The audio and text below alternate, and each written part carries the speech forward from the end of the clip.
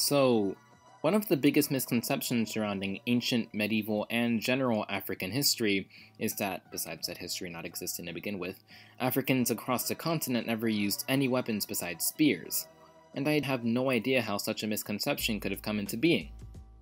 And, well, the first wench in this theory is that the Egyptians, like it or not, are African.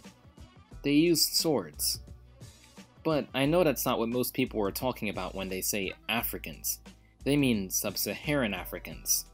So then, let's talk about some Sub-Saharan African swords. The first stop on the list is East Africa. Now then, East Africa, specifically the Horn, when compared to the rest of Sub-Saharan Africa, has a relatively well-documented and researched and studied history, and has seen the adoption of multiple different types of swords. Among the most famous of these swords is the shotel. The shotel is a curved weapon whose blade takes on the shape of a sickle, and who was used as early as the days of the Aksumite Empire. It continued to be used all the way through to very recent history, being one of the weapons for Ethiopian soldiers during the Italo-Ethiopian War. The blades can vary in curvature, but usually take on a semicircle shape. They are made from iron of varying quality. Shotel were used both backwards and forwards, being double-edged swords. Due to their curvature, they were particularly useful for striking around shields with the tip. These swords were deadly as a result of this. They were used by both infantry and cavalry prominently in Ethiopian history. If anyone wants to get a good look at this weapon and its use, a YouTube channel named Damon Stith, who makes videos featuring historical African martial arts, has multiple videos where he features the shotel. Second stop on the list is West Africa. Out of all of the regions in Africa, West Africa has some of the most interesting history to me, and so naturally their swords are some of my favorites. Among the swords that I like the most are those of the Ashanti people, specifically the Akrafina. The Akrafina is both a sword used for war and one that is a symbol of status. Ashanti kings would traditionally have an Akrafina and another sword, the Bozamfena, made for themselves upon ascending to the throne, and carvings in these Akrafina swords would signify certain things about the person wielding them, or would signify expressions. I can't find a reliable source that details when these swords were first used, but they likely have existed as long as, if not before, the rise of the Ashanti Empire.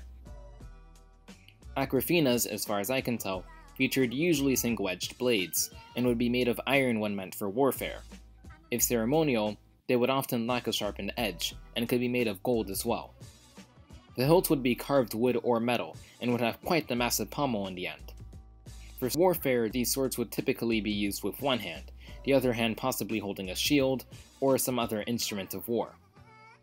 Amazingly, the Akrafina is still sometimes used in ceremonies today, and is a sword also used in Akrafina sparring, which is a relatively big sport in Ghana today. The third stop on my list is Central Africa, specifically the Congo region. Let me just say that out of all of the regions in Africa, these guys have some of the most insane swords.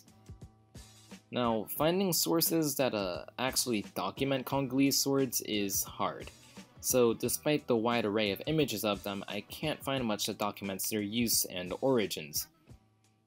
This doesn't mean that there isn't a diversity of swords that were used in the region though, among them being the Mambele, Ilwun, and Ndombe swords.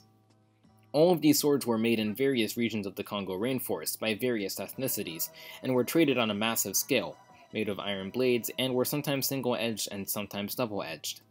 Swords like the Mambele would have been used for combat, but other swords like the Ilwun and Ndombe were likely more ceremonial in nature. You try marching within the army while lugging one of those massive swords around in a hot rainforest all day. Fourth, we've got Southern Africa. The Congo region was hard enough, but Southern Africa is horrible in terms of finding sources on swords. From what I can tell, this is partially because swords were not used as much in the region. Axe-like weapons, spears, bows and arrows, and other hybrid type things were much more popular, and while the Zulu with their Iklua, I'm so sorry for butchering that, short spears may have been on the verge of developing a sword, it didn't happen in our timeline. Farther north though, the Shona language-speaking people did have a short sword known as the Bakatwa. The Bakatwa had a single and double-edged variant. The blade was made of iron and the hilt would have been made of wood. As I said though, I can't find much on these swords and if they were used for any specific purposes.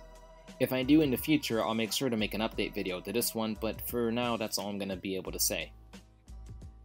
Alright, so that was my list of some swords from every region in mainland Africa, excluding North Africa. I hope you guys enjoyed this video, and if you did, a like and subscribe would be greatly appreciated, and I'll see you all in the next video.